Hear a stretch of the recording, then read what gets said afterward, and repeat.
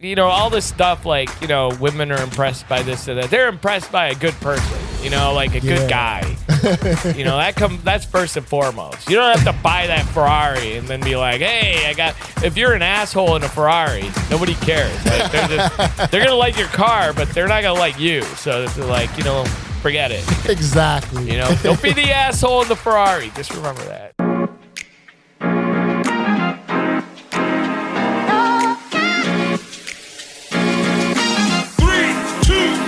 Seanydoo.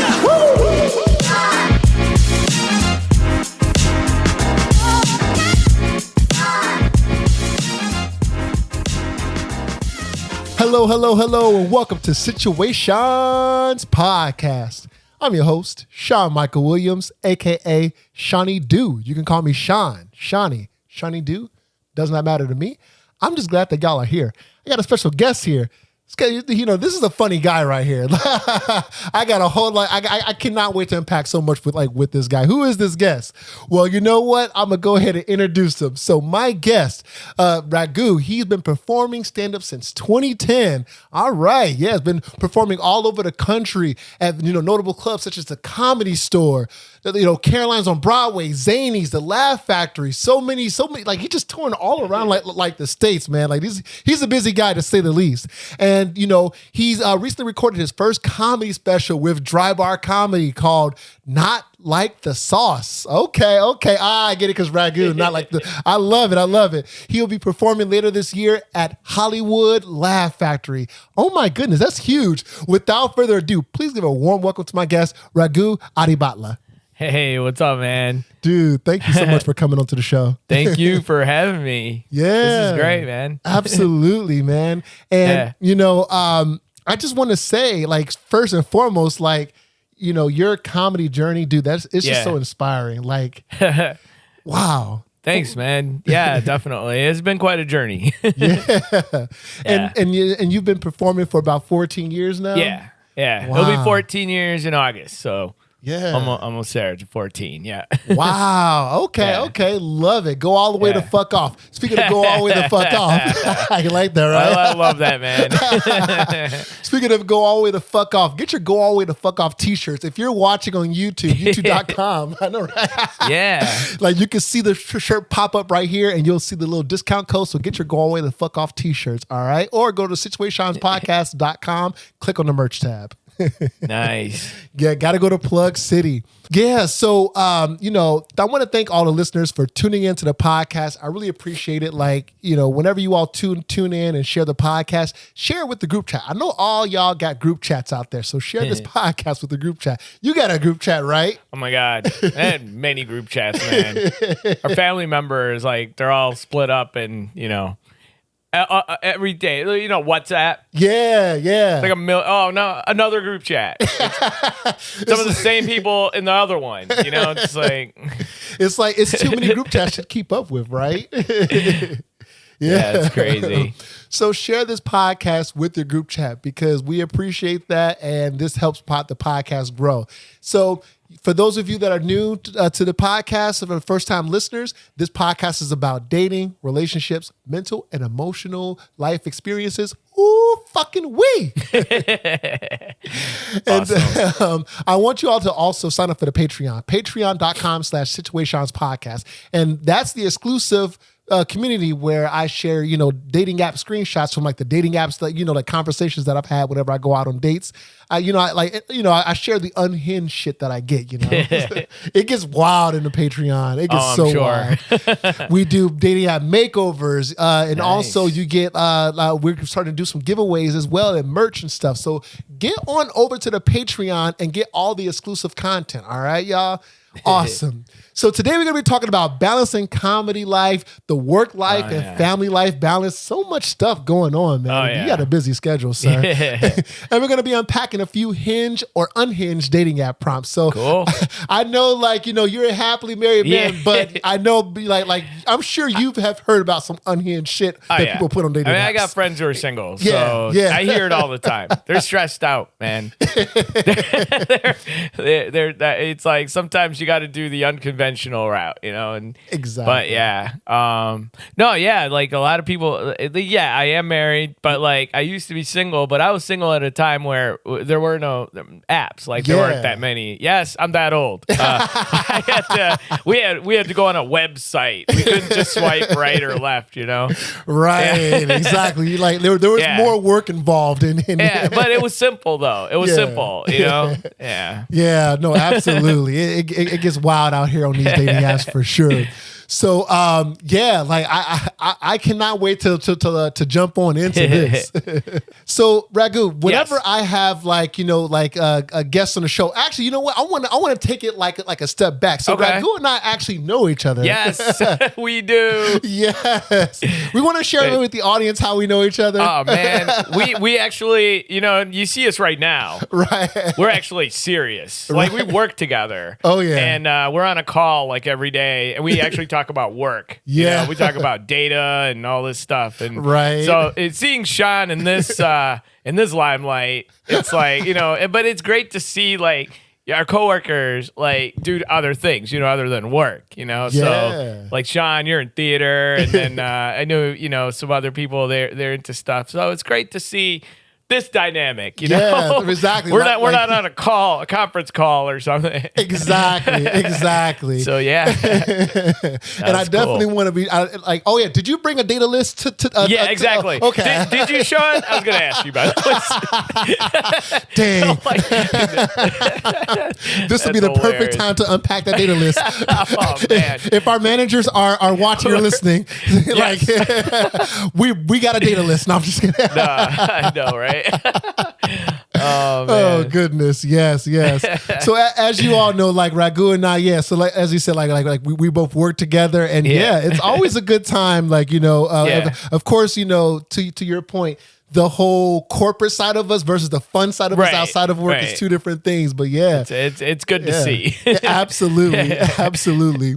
So one of the things, whenever I have guests come onto the show, my audience, they're always wanting to know, what is the guest's like relationship status? Are they single, married, or in a relationship? Oh, yeah. So tell us all about your relationship status. Sure, man. I'm married. It'll be 17 years actually in June this year. It'll be 17 years. I know, man. 17. I'm I'm the lucky one. I'm the lucky one here. That she's put up with me this long. But no, it's great. But yeah, I used to be single, so I have that, But I know you're used to talking to single people. Yeah. But don't worry, I got plenty of shit to tell you about when I was single. Because trust me, it's not easy. I get it, and I see my friends right now, who, with all these apps. I think things just got way too complicated. Mm-hmm. But they're out there. But and it's and yeah, people will ask me like, "What's your advice? What do you?" It's hard because that was a different time. Like we like I said, we didn't have apps. We didn't have all this stuff. Yeah. And when I first moved to Chicago, I was living with my brother and sister-in-law. Yeah. And he's like, "Hey man, you should try this like IndianDating.com." There was only like a few sites back then. So yeah. But we'll get into that, I think. So but all really the relationship status, yes, I'm married. All right. Love it. Awesome. And so, so you're based in Chicago these days. Okay. Yeah. So, what city or town did you grow up in? So, when I first moved to Chicago, it was in the city near that Cook County Hospital. Yeah. Yeah. I was living with my brother and sister-in-law. And then I moved. Then when I got a job, and then I moved into the city, and but I moved around a few places.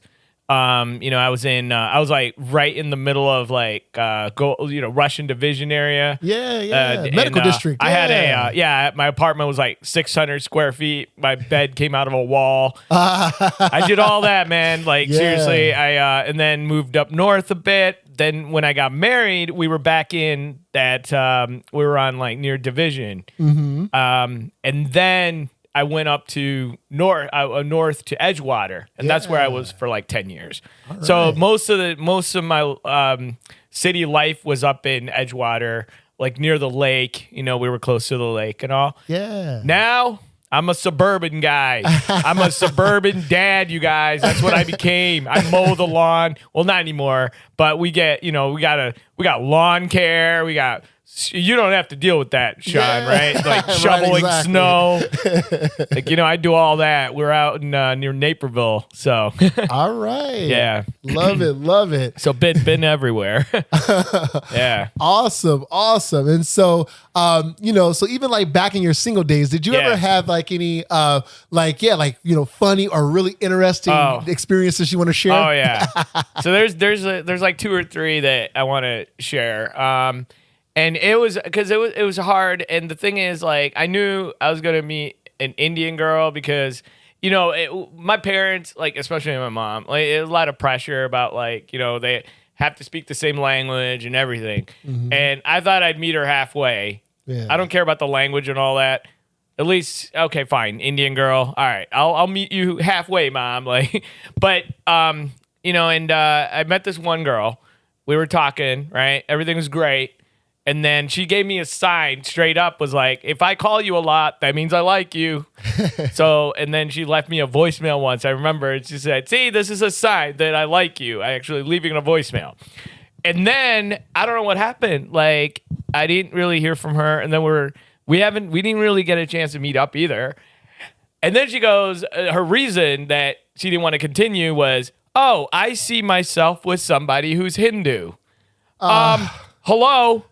You knew I was Hindu. Right. Yeah. How the hell do you go, oh, I see myself with someone. See, Sean, this is like dumb excuse. Like, I think she just picked one out of the hat. It just happened to be the most illogical one.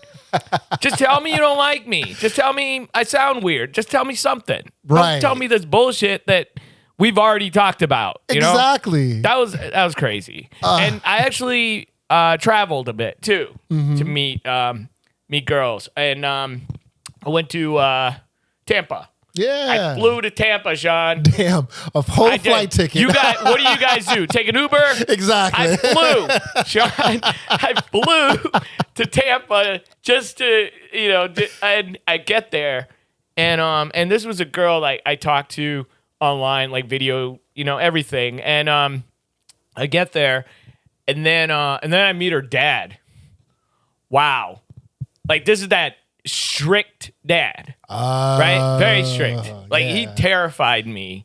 And at that time, I was a legal assistant, right? I was I was doing some, I worked for a law firm. And so he asked me, and he was like, what do you do? I was like, oh, I'm a legal assistant. And seriously, he's like, why are you just an assistant?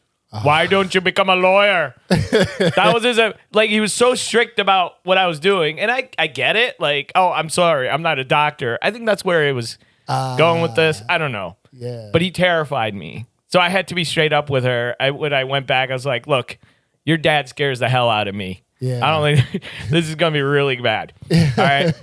Then the third, now this one, oh my God. Like, I was talking to this one girl, I liked her profile and everything. We were talking. And then I was like, hey, there's this party going on. I was part of this like Indian network organization. They like put up different events, like business card exchange. Yeah. But really what you're doing is meeting people, like girls and guys. Like it was more of a social thing. Nobody cared about business. Right. Like it was business was the last thing. If there was no alcohol, nobody's coming to these events. Right. So we tried those too. But anyways, I told her, I said, hey, there's this party. You want to go to it? And she said, no, I got to pack. I'm traveling, next day. And okay. So I'm like, all right, fine. So, but I go because me and my friends go. I get up to the bar to order a drink. And who do I see? Like a few people down at the bar. Oh, this same girl that told me that she can't come out. Sean, I'm telling you, these ridiculous things. Like, just say I'm ugly and come to the same party. I don't care. But don't give me this bullshit. So, that's why I had to go on an Indian marriage site after like a long time of like just quitting, like, meeting girls here and there, whatever. And then got married in India. So Yeah. see, I got rejected all around here. All these, not really rejected, more like ghosted and all this. Oh, I flew like goodness. thousands of miles. Wow. You know, I was like, Those airlines this. loved you. Yeah. I'm getting out of this country. Yeah, man. That's the things I dealt with, like crazy situations. Oh my goodness. Well, I'm glad you found your way to your wife, and now you all are happy, and you don't have to worry about all that anymore. Exactly. Yeah.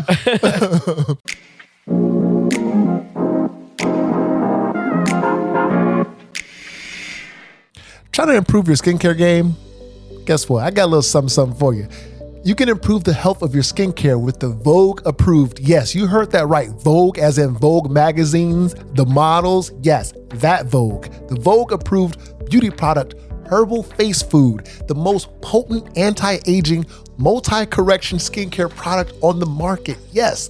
So hit that link in the show notes or video description and use our code SPHFF to get 20% off at checkout.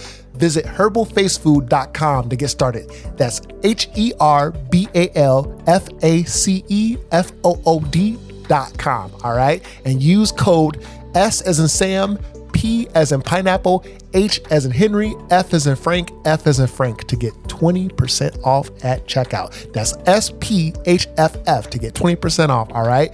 herbalfacefood.com. Okay. Y'all got the hookup. So let them know that Situaseans podcast sent you. All right.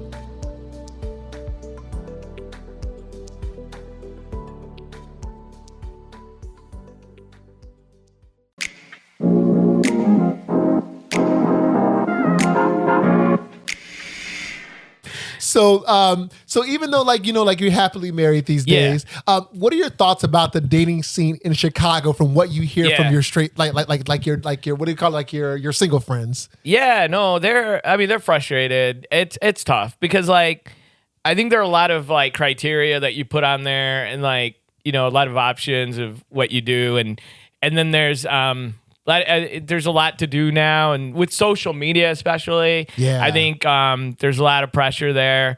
But I don't know, you know, that's why I say like when we used to meet people, or like when there weren't so many apps, like it was a little more, you know, I don't want to say simple, but like it was a little bit easier. I feel I don't know. Yeah. I mean, at the end of the day, people are people, but now it's just like, oh, wow. I've never really, you know, I know how these apps work. Like but I don't know. It just seems more complicated now. Like people are just frustrated. I don't know. And I feel really bad for people. And like my friends, they're like, they go out, and I think the more natural ways work. Like you go and there's your profile right in front of you. Yeah. There's no like, you know, you're not hiding behind anything. Like, oh, I like to, you know, where people always, well, I like to travel and I'll take long walks on the beach. And I was like, you know, and it's like, I think you just go meet people, you know, the old fashioned way. I think it works, you know? Absolutely. Yeah, no. No. So I'll tell you a funny story. One of my friends in high school, okay, and this was like, yeah, I'm going to age myself again. This was like early 90s, okay, when internet wasn't really huge. I don't know when. But anyways, there were things called chat groups. Chat, right? You go online, and it was known to be creepy to chat with people, right? He met his wife in 94, something like that, on a chat. What? Yeah. He was the first, like, I call him like a pioneer of like online dating. Yeah. And we all thought he was a creep. We were like, what are you doing, man? Like we don't. It was creepy back then. Can you believe that? Right. Online dating was nuts. Exactly. And now it's like, it's the norm. Whoa, you actually met someone in person? Right. Exactly. Whoa, ew, like, who does that? Like, go online.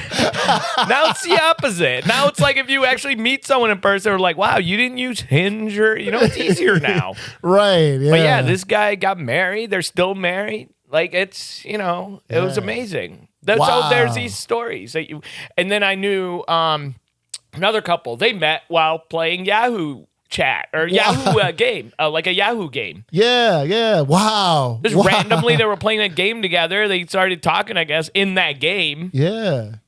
Oh my goodness. So, wow. Some crazy stories you hear. Yeah. It's possible to meet. Yeah. So shout out to your friends who pioneered I know, right? it. The pioneers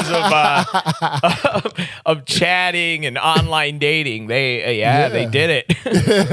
I don't know. Absolutely. Yeah. Oh my goodness. So, what's your favorite thing so far about Chicago?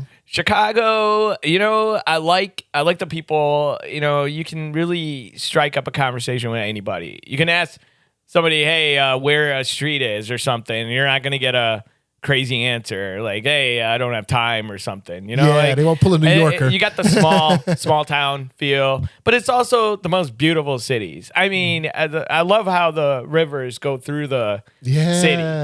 Like, you can't do that in any other city. You can't take one of those boats, and like wind around through the city. It's beautiful. The skyline, we got. Especially when you stand on that bridge, on Michigan Avenue, and on both sides, that's like the most coolest thing. It is. So yeah, the people, the city. I mean, a lot of great ththings to do, especially in the summer. Oh yeah, we appreciate the summers. And I think that's probably it's a great. Both my kids were born here, so. All right. That's awesome. Makes it great. Love it. Yeah. So you've been doing comedy for 14 years. Yeah. Tell me, what led to your passion for doing comedy? So I've always, I don't know, it's weird because it probably all stems back to people making fun of my name. And when I was a kid, I used to always want to be in front of a camera. Like, my dad would rent one of those big box, like, put on your shoulder. Yeah. He looked like a film crew. And most of the time he was just trying to figure out, how to use it first. And it's like this big thing. But anyways, he used to have that around, and I'd be the one always wanting to be in front of it. People thought I was really annoying. Like, I just had to be the center all the time. And then I think I even have a home video where I'm telling jokes on. But even at that point, I didn't know what stand-up comedy was. I was just like, I don't know, being me, being funny. But people made fun of my name a lot, and then I used to cry about it. But then I realized, it's not helping. Just to, like, whine about it, cry. They're not gonna change. It's not like they're kids. They're your peers. But then I was like, oh, you know what? I could either cry about it or laugh about it and just, kind of give it back. Mm-hmm. So I was like, that kind of led into, and then I had this, it kind of grew, that passion about stand-up. But I didn't really. So in 2007, I actually had my first taste on stage of stand-up because I was with that Indian organization.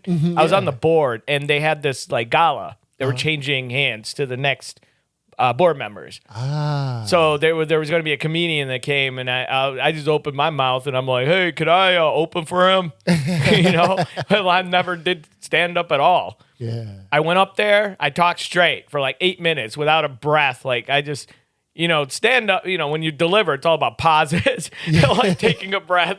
I kind of just went right through, and I don't know what happened. Like, it was horrible. But then it was like, you know what? Then 3 years later, in 2010, I went for my first open mic, and I was like, okay, if I'm going to do this, I'm going to do it the right way. So then I learned more about it, and it took me a few years to get rid of stage fright, and, and then it just kept rolling. Wow. Yeah. It's inspiring. Yeah. I mean, and then my interest in it grew more and more as I learned more. Because I was like, first you just think, oh, you just get up there and tell jokes. There's a lot. Yeah. I didn't realize at first that, okay, there's an art to this. Like, there's an actual, like, formula. Like, the way you write, the way you stand on stage, the way you hold the mic. I didn't know about all this, that there's a way to do this, Yeah. So you learn more. Absolutely. About that. Yeah. Wow. Yeah. And so, like, are there like any notable comedians that really you took after that kind of just, inspired you to get into this? Oh yeah. So I do a lot of family style humor. about kids and a wife being married, and because I never was a comic when I was single. It was after I was married. That's so right, my jokes would be like, oh, before I was married, when I was single, things like that. But now that I'm married, got kids, and so my inspirations are like Jim Gaffigan, and he's got 5 kids. That dude's got 5 kids. And like Jerry Seinfeld, I like a lot because he has like a impeccable way of writing, and he's funny. And this new guy that he's coming out, Nate Bargatze. Ooh, also I've heard that name he has a before, daughter, yeah. and so a lot of the comics that I am inspired by are more like me, very relatable.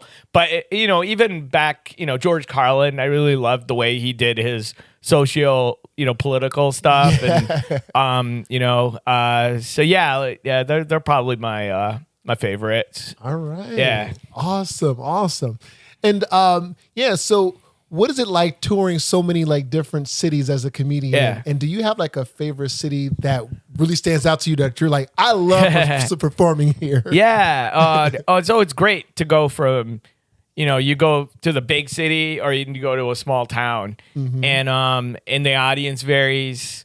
The town, like wherever you are, you kind of go to, I always like to ask them, hey, what's your place to eat here? I don't just go to like McDonald's or like a chain. I like to, kind of adhere to their culture. Like what is, but as far as the shows, like, the audience is different, a lot of times. And you kind of can tell like what will work and what won't. Yeah.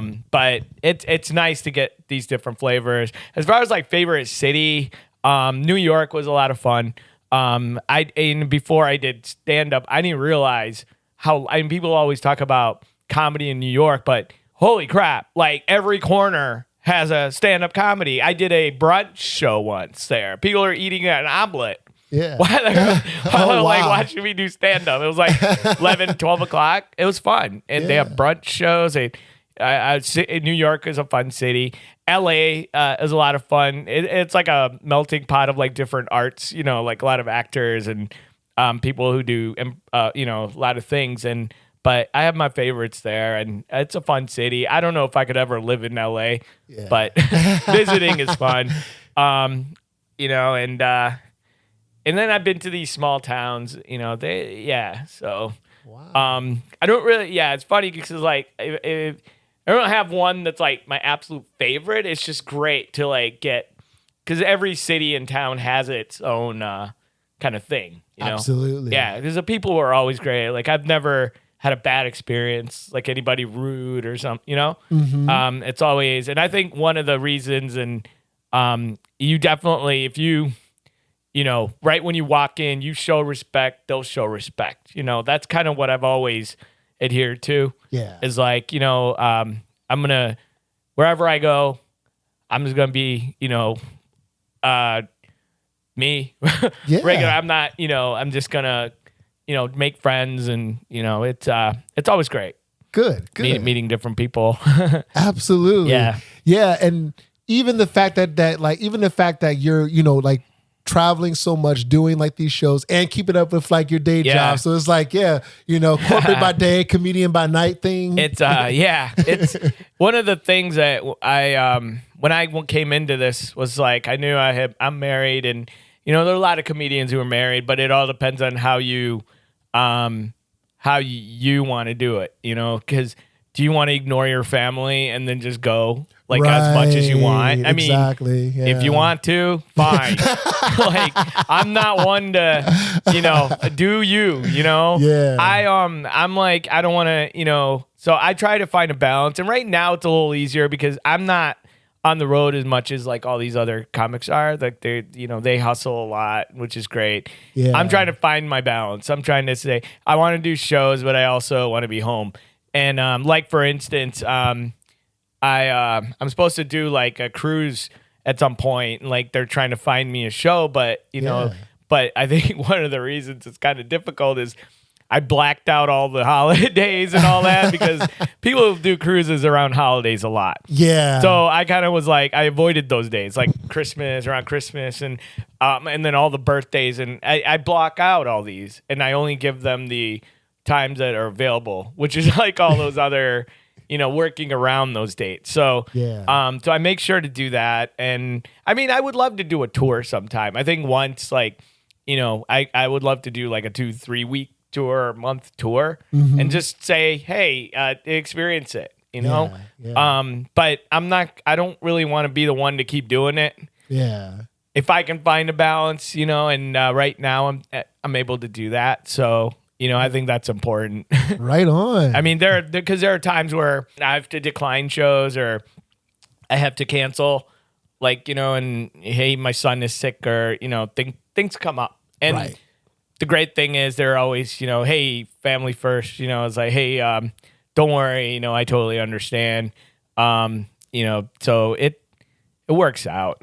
Good. Yeah. I'm glad that they have your back and that, Yeah. they understand the situation for sure. Yeah, definitely. Yeah.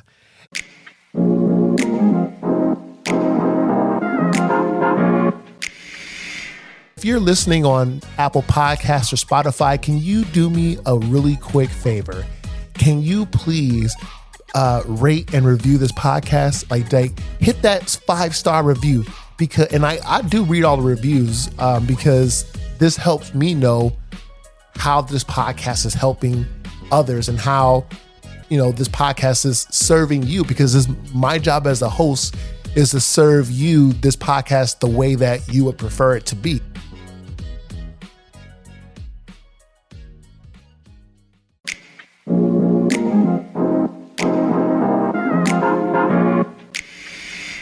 So how would you to respond to like annoying people that like to say, oh, you're a comedian. Like once they find out that you're a comedian, you're a comedian. Raghu, tell me a joke. Like how do you respond to that? Dude, I can't. Oh my God. If you know what they say is like, if you had a nickel for every time that happened, I could probably buy a penthouse in like New York, like a 3-bedroom penthouse by now. People always say it's one of the biggest pet peeves, and I know like everybody, or like you'll go to like a dinner party or you go meet friends, like the first thing they'll say, hey, Raghu, hey, you gonna do a comedy show today? No, but if you're gonna pay me, right, exactly, and give me like a 15-minute slot or whatever, hey, yeah, I mean, show me the check and I'll do it. But I'm not just like a puppet or a clown to like, exactly, on the spot, the monkey with the cymbals, Yeah, no, I get it all the time, and I usually it's like, I'm like I used to like. Be like, all right, fine, I'll tell you a joke, and it'll be like a really crappy one or whatever. But now I'm over time I'm just like, no, I'm good. Like, you want to come to a show? Here, I got my schedule. Exactly. Because the one thing is when you tell a joke, like if you ask me like tell me a joke and I'll tell you, it's not gonna be funny. Right. It's never happened where, and I think when you had Grace on here, I think she was saying, because I totally get like, it's not funny. Like when it's never landed, they'll be like, oh, okay. I'm like, yeah, you say that because I'm not on stage and I'm not in the moment. Right. Yeah, right, exactly. There's a flow. Like it's a totally different dynamic. So it doesn't work. And and then I don't want to, I don't want that image in their head. Exactly. Like I tell a joke and it doesn't land because I'm just like telling it to you and be like, yeah, I asked Raghu a joke last time and he like, it wasn't funny. I don't think we should go see his show because I asked him in the middle of a dinner party while we're like getting some cheese off of a buffet or so. Hey, tell me a joke. So we don't like it. Right. So so to those of you out there, wait, what do you comedians call us? Civilians? Civilians, yeah. Those of you civilians out there, dude, if you got a comedian friend, don't tell them to tell you a joke on the spot. It ain't gonna work. No. They're gonna get pissed at you. Yeah, they might throw something at you. No, it's exactly. So, so what's the dynamic like as a comedian in the family life? And tell me, like, are there Like, are you like the comic relief of the family? Man. I wish I was. I think it's funny because I'll go to my wife every day. Like, tell me if this is funny. Hey, I thought of a funny joke, and she's pretty supportive. Like, she'll tell me like if something's not funny, and she'll even tell me, if she's thought of something. Hey, I thought of something funny. You definitely have to use. I don't mind her saying it, and like some people, but like that also happens where it's not just tell me a joke. It's more like, hey, I thought of something really funny. You got to use it. And then it'll be this long anecdote. And I have no idea what to use from it. And I feel bad. I'm like, so I'll just be like, yeah, sure. Yeah. Right. Well, But as far as my family goes, yeah, my wife will ask, I'll ask her sometimes. My kids know, of course. I do, and my daughter tells jokes. Like she likes, she's very animated. I think, a lot of that came to her, that energy. And she got your creative she's side. A star. Yeah. So, but it's great that, they're great support. So makes it a lot easier. Yeah. Of course, one thing when it comes to family and doing the guilt is there too. Like when you have to go do a show and they want to do a movie night that night, and it's like, oh man. So, it's sometimes, it gets sad when it comes to that because like there are times where my son wants to play something with me and then like I have to leave. Then I go see him playing by himself. Oh, it breaks your heart. That's when you gotta, like a Band-Aid, you gotta get out. Yeah. You can't keep looking at it or you're just gonna like break down or something. So there's that part too. There's the guilt factor. But yeah, it's, it's fun. Like when you think about it, you're like, hey, you're the dad who's a stand-up comic, and so it's definitely great. Yeah. I do try to joke around with my kids. Like when I'm telling a story, like I do voices for that, like, and I've done that since they were babies pretty much, like, and try to do voices and characters, make up stories. So all right. It helps. Love it. Yeah. So what is, and we did kind of touch upon this a little bit, but I kind of want to expand even more about the whole balancing comedy life, family life, tour life, from an outsider perspective, like as a civilian, seeing how, you, Grace, and so many other comedians out there do that. Yeah. It's, I always wonder, how are you all able to do that? Especially like you with the family, you and your wife make it seem so seamless how you all just got it down to a science. How? It's tough. It's not easy because I'll have to give her a schedule, and a lot of times she won't look at it. Nobody looks at it. Like my friends and family, we'll have our chat group, one of our friends' chat group, the group where chat. we're like, hey, let me know if some of these dates work out, and I'll just go through. I'm like, nope, can't do that. Nope, can't do that one. Nope. and then I'd write back, I'm like, guys, did you guys even look at the schedule I put out there? Like, because that's hard. Like when we try to meet up, and then I'll have a show, and because the thing is, like the big shows, like the ones that the club shows, they're on the weekend. And I mean, on one side, I'm really happy I get to do these weekend shows, but on the other side, it's like, holy crap, you're taking up a weekend. Yeah. So I try to space it out. So what I do is like for instance, I had a show last night. I have a show tonight. Mm-hmm. Next weekend, I don't have any shows. Yeah. So, and then I'll tell them when people ask me, like bookers, like, give me your availability. I'll give them these dates, but I'll specifically leave out like a weekend in between. But it's also a strategy. Yeah. Is it worth it? Is it one of those shows that, but I mean, I'm saying they all are worth it. Mm-hmm. But there are some times where I do have to be like, no, this show is going to be really good for me because it has this value to it. And I want to be careful when I say, because like all shows are opportunities. Absolutely. But you have to, especially when you're considering your family.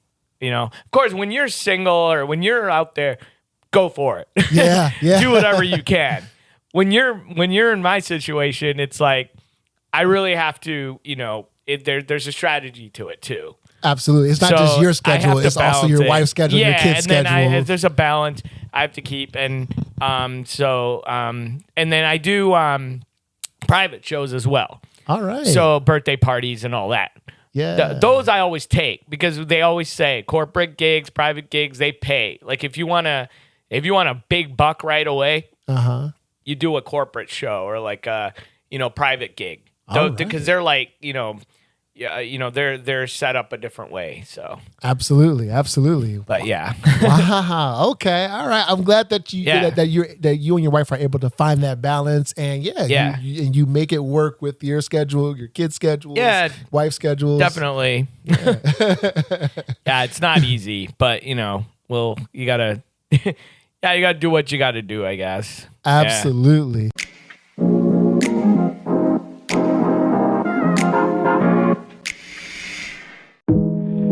Situaseans podcast is an open platform covering dating, relationships, mental and emotional life experiences. If you are looking to advertise your brand or product or would like to sponsor the show, send an email to situaseanspod@gmail.com. That's situaseanspod@gmail.com.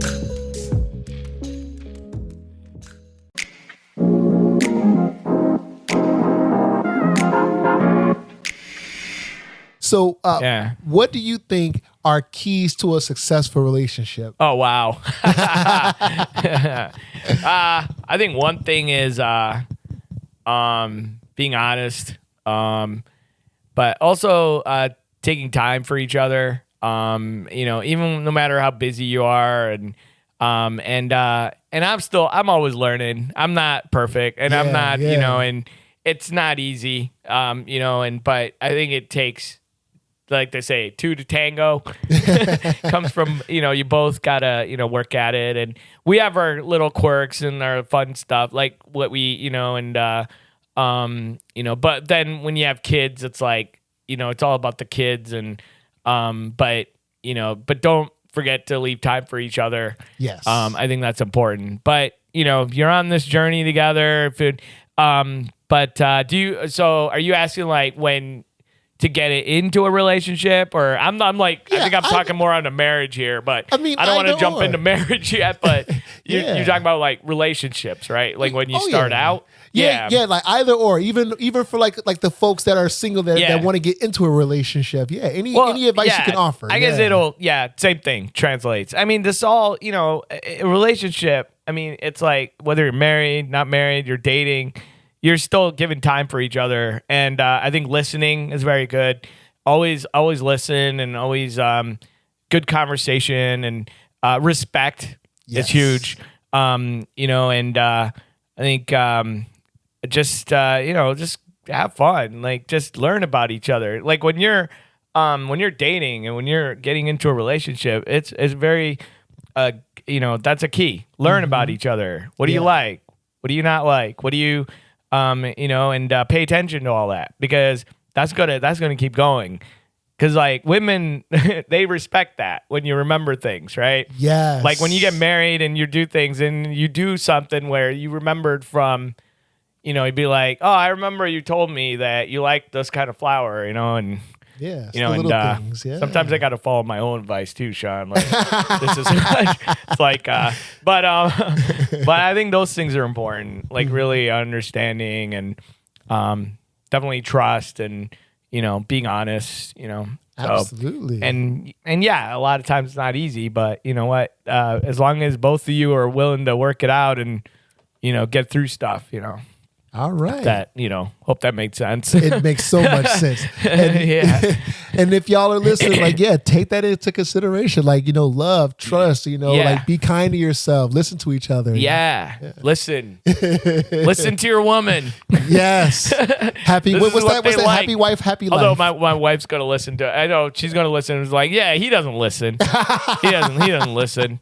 See, these are things I need to learn too. It's like, I know men, we don't, Oh yeah, we try, but oh yeah, we got to do better, right? Yeah, we all got to do better. We can always improve, guys. Yes, but I think at the end of the day, have fun and absolutely and relax. Like just be yourself. Yeah, be yourself. Don't try to be somebody. When you're dating, when you're like, don't try to you'll be surprised. Like, all this stuff, like, women are impressed by this and that. They're impressed by a good person, like a good guy. That's first and foremost. You don't have to buy that Ferrari and then be like, hey, if you're an asshole in a Ferrari, nobody cares. Like, they're going to like your car, but they're not going to like you. So they're like, forget it. Exactly. Don't be the asshole in the Ferrari. Just remember that. I like that. Right. That's going to be the takeaway. Don't be the asshole in the Ferrari. Yeah. Be a good guy. That's what matters in the end. That stays. Yes. Ferrari can get what do you call it? Taken away. Exactly. Right. It can be It can be repossessed. Exactly. Repossessed. That's what I'm trying to say. Yeah. I feel like that's a T-shirt. Don't be the asshole in the Ferrari. Don't be asshole Ferrari. Because once that Ferrari's gone, you're just an asshole. You got nothing else. So. There you go. So, Raghu, are you ready to do some Hinge or Unhinged with me? Yeah, man. Hit me with it. Yes, this is going to be so much fun. Hell yeah. I always have like listeners, they always want to submit screenshots of dating app prompts that people put on their profiles on these dating apps. So awesome. It's going to be wild. Awesome. All right. So let's go ahead and jump right on into it. All right.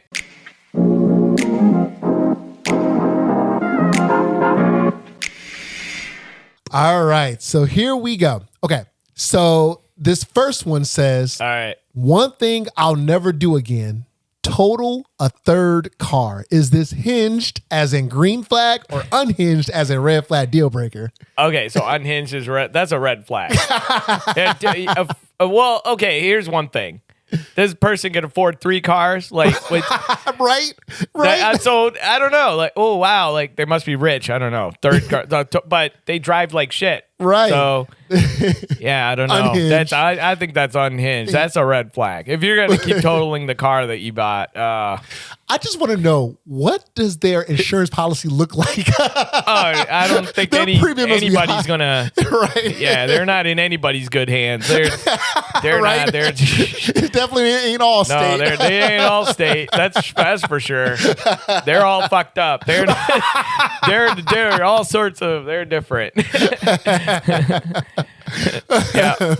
All right. So that's definitely unhinged. I agree. Well, you know what? And also, like, one last thing about this one. My question is, they didn't learn their lesson after the second car, because I understand like the first car, but it's like right. The second car, and then their jingle that they don't need another car. It's like yes, you're right. They didn't learn their lesson. No. Unhinged, that person is not even allowed to be anywhere near my car. I wouldn't even give them a ride. These are the people you don't park next to in the parking lot. Exactly. Right. Yeah. That's messed up. So the second one says, what if I told you that I look up the ending to every movie that I watch? Ooh. Hinged or unhinged? Okay, so it's not really a red flag if that's what they want to do. Yeah. But what the red flag would be is, don't tell me. Right, exactly. Okay? You keep that shit in your head. Nobody likes to hear the ending. I hate that. Right? Yeah. Nobody. Yeah. So, no. And no. I don't know if it's I think because that's your preference. Yeah, no, for sure. I'll say this is like a yellow flag or whatever. Yeah. It's like it's might be yellow, right? Yeah, so it's definitely like hinged or whatever. Hinged if they don't tell the other person. If they don't tell you, yeah. Unhinged if they tell it. Yeah, and what kind of person wants to know that? Like, seriously, that's horrible. I would never be able to do that. Right. No. This last one's pretty wild. Are you ready? All right. All right. So this last one says, worst idea I've ever had. Pre-gaming a first date. So hard that I ended up with 11 stitches by the end of the night. Is this hinged or unhinged? They pre-game for a date. Unhinged. That is a red flag. They do not prepare well. It's like what? It's like they do not prepare well. 11 stitches. 11 stitches. And who pre-games that hard for a first date? What's that? Yeah, I don't know. They're nervous. Really nervous. Yeah. So unhinged, but maybe they were nervous. But 11 stitches, that's what I want to know. What the hell happened? Like, was that on the date? Did they actually, on the way to the date? Is it the same one who totaled their third car? Is this like a connection here? Exactly. I think that's the connection. Maybe it's good they didn't make it to that date because they were probably going to like reveal the ending of the movie. Yeah, exactly. Right, exactly. Like, Oh, wow. You can totally build a story here. Right, exactly. Oh. How wild would it be if it was the same person that submitted all three? I'd be like, so are these people put these on their profiles? Yeah, people put these on like their dating app. So like they screenshot it and they send it into the podcast. Like, this is what I saw on this dating app. Is this crazy? It's nuts. Yeah, I'm just like, who put this on their profile? I don't know, man. They're very honest. Yeah. Putting it out there. I mean, it makes for a great first date conversation. Oh, yeah. Oh, yeah. But still, at the same time, it's like, even though this is a good conversation starter, like at the same time, it's like, do I even want to be around this person? It's well, when you think about it, like it is kind of out there, but then I'm sure people like hit them up and be like, because they want to know what happened. Right? Yeah, exactly. Can you just tell me what happened? These 11 stitches, like you're leaving me in suspense here. It's so wild. It's so wild. I think this one's definitely unhinged, to say the least. Yeah. Unhinged for sure. Definitely. Awesome. All right. Well, yeah, to the listener, thank you so much for submitting that. Like Raghu really and I, funny. like we have fun unpacking that shit. Oh yeah. That's wild. So fucking wild. Oh my God.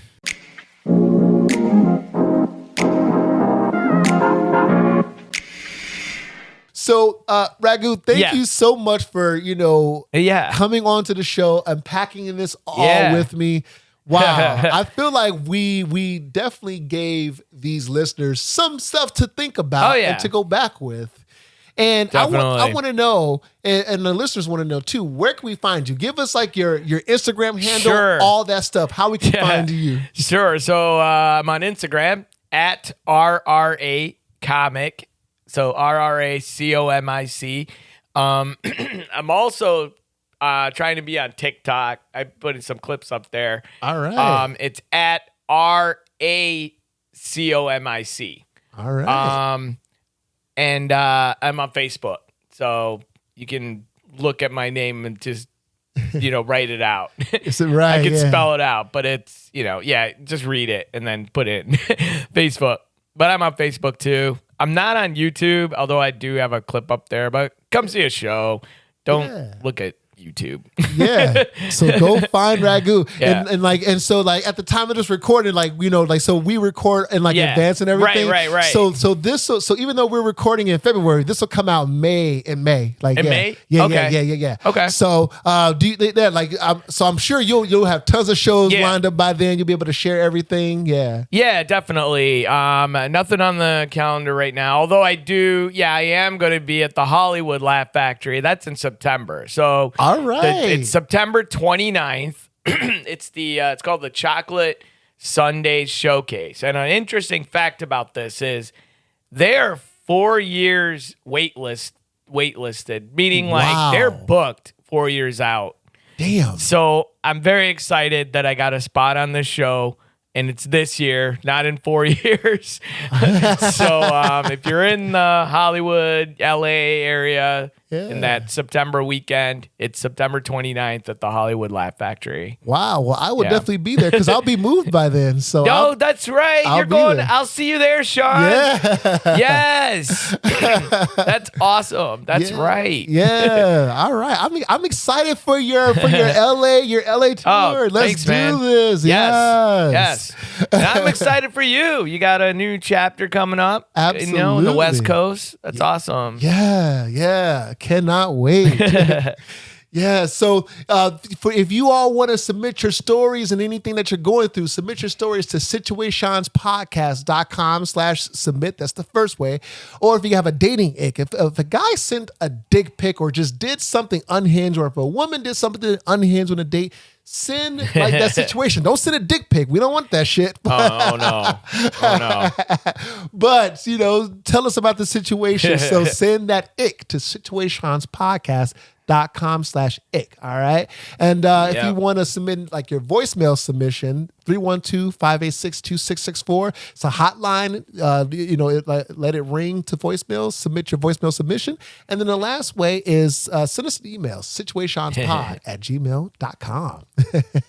So Awesome. if you are on a boat, a plane, a train, if you're Raghu's second cousin twice removed, yes, you can take Situations podcast with you wherever you go. And if you're in a group chat like Raghu, he's going to share this podcast with his group chat. Join our group chat. Exactly. Give me some relief. Right, exactly. For my family. If you find the group chat, join it. Yes. Awesome. Well, I want to say thank you all for tuning in. Raghu, thank you for coming onto the show. Thanks, man. This has been a lot of fun. Yeah. Like, this was great. Instead of bringing a data list to the call, we're going to bring this podcast to the call. Yeah, we are. Anybody got a list? No, we got a podcast. Exactly. We're going to listen to this for the rest of the call. Exactly. It's like, we don't have a list, but we have a link to the podcast. That's right. Oh, that's awesome, man. Hell yeah. Well, with that, I will see you all back here for the next episode in a couple of weeks. Woo!